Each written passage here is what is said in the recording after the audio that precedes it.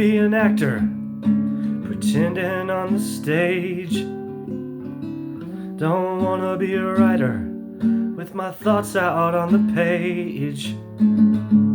Don't wanna be a painter, 'cause everyone comes to look. Don't wanna be anything where my life's an open book.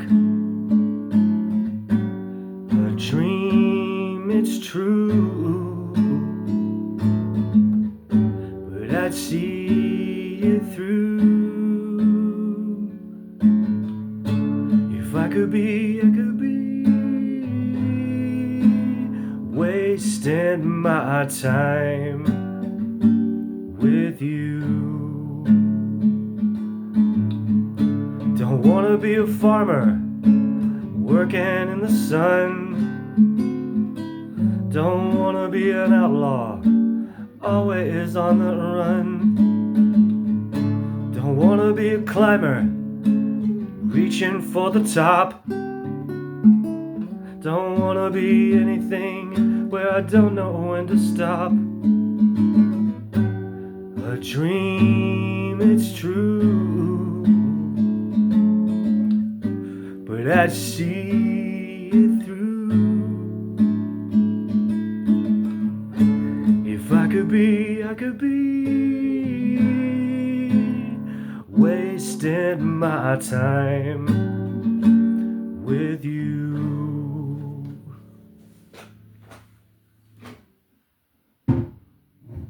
It's the first time I play guitar in a while. I have 9 minutes before I run out of time. Of course, there's nothing else to say. Do I regret calling Sam Jackson the N-word a bunch of times? Only if Quentin regrets slandering me all over town.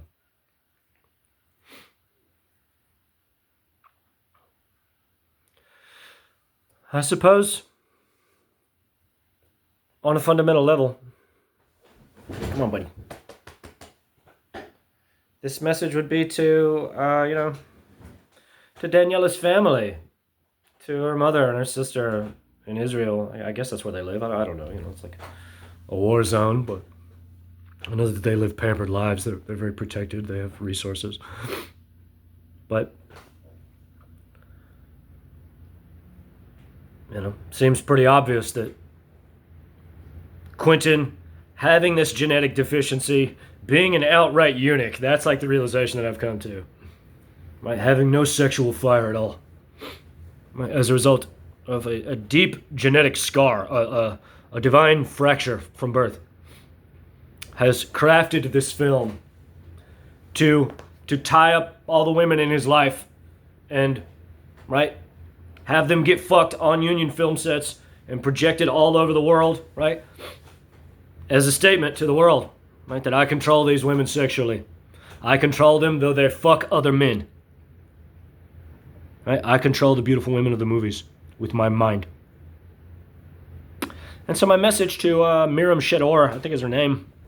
I'm not sure how you would pronounce that. I'm a hillbilly from Alabama.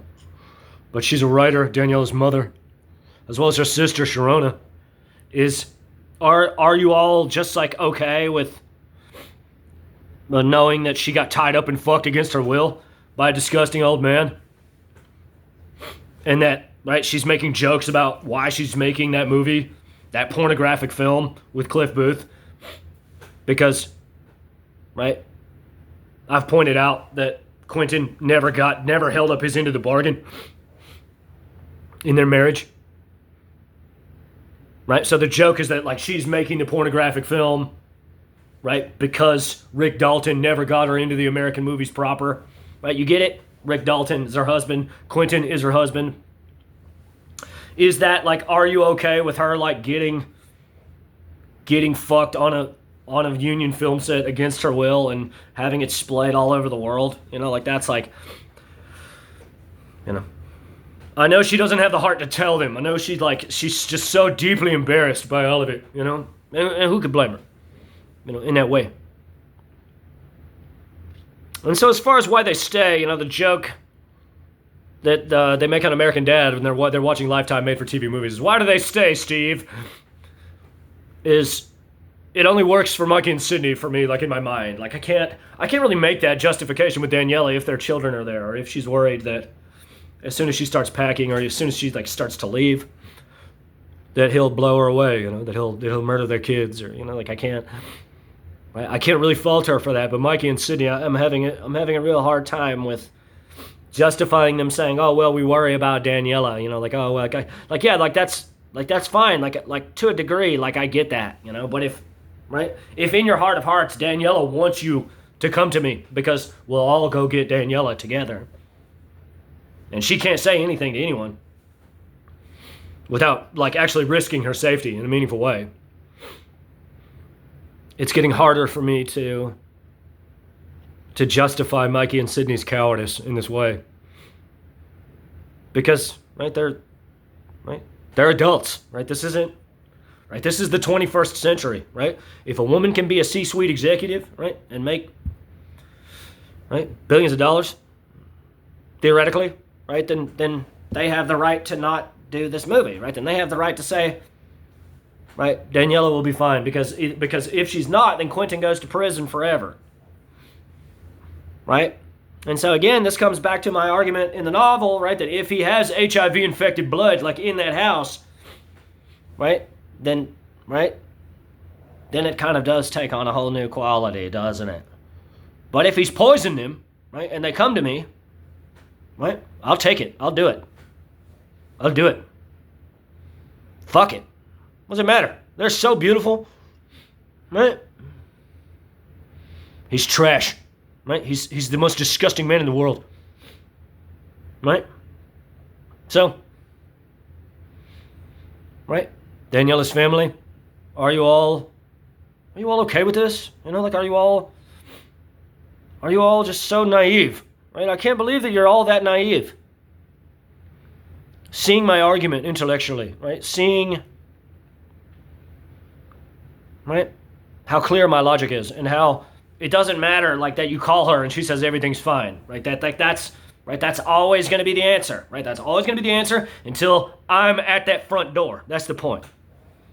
So in the last email I sent them, I said, you fucking bring anyone you need to bring to feel safe, it's fine. It's fine, you bring the biggest Mossad badass to say, you sit here in handcuffs until we get there, all of it, whatever they need to feel safe, this is, I don't see why this is an argument or something that they're wrestling with in their minds at all. I guess maybe is if I just don't see how I could hear that someone that I love, knowing that I have all the money in the world, is perhaps being tortured in this deeply satanic, evil way, and not immediately do everything that I can to liberate them, to help them get away, be free. So I don't know. Is he threatening all of them? Is he? I don't know. I don't get it. I don't get it. Is it are we all just so cool that because I'm not famous, because I don't have money, is that the argument? Does is Socrates not wise because he didn't have money? Is that Is Symposium less valid as the finest treatise on love ever because Socrates wasn't famous? Socrates wasn't Aristophanes, I just don't see where the trepidation is, what it cost them. That's what I said in the last email. What does it cost you?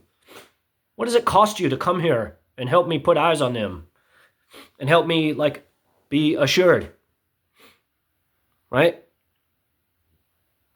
And so I wrote the MPAA. I wrote a bunch of journalists from the LA Times. I suppose I'm gonna keep writing people. I'm gonna start writing again soon, as soon as I'm done with this. And I only have 1 minute left, but that's one of the song that I started with is one of the songs that I sent to Quentin. It's a beautiful song by Fish. It's called Waste. And I always thought that it was appropriate, and I'm seeing now that the women that he designed to get tied up in bondage, which began as an act of psychic direction on Sean Baker and Honora on A24 Films, is coming right, is coming full circle now with this film. And so those women always seeing it for what it is said, we want it to be him. And then when I sang all those songs, they all fell hard, which is something that I'm only saying now. And is actually, in fact, the only reason that any of this makes sense logically, that he's done everything he can to prevent me from being able to take them under my wing, into my protection, because he'll know in that moment he'll never be able to control them ever again. Right? And so perhaps the body count is going to rise, because I don't know how I can sue. I don't know how I can do anything. And if no one wants to help me, I don't see how anything can happen except for those women committing suicide or them running away and Quentin blowing his brains out. So something to consider.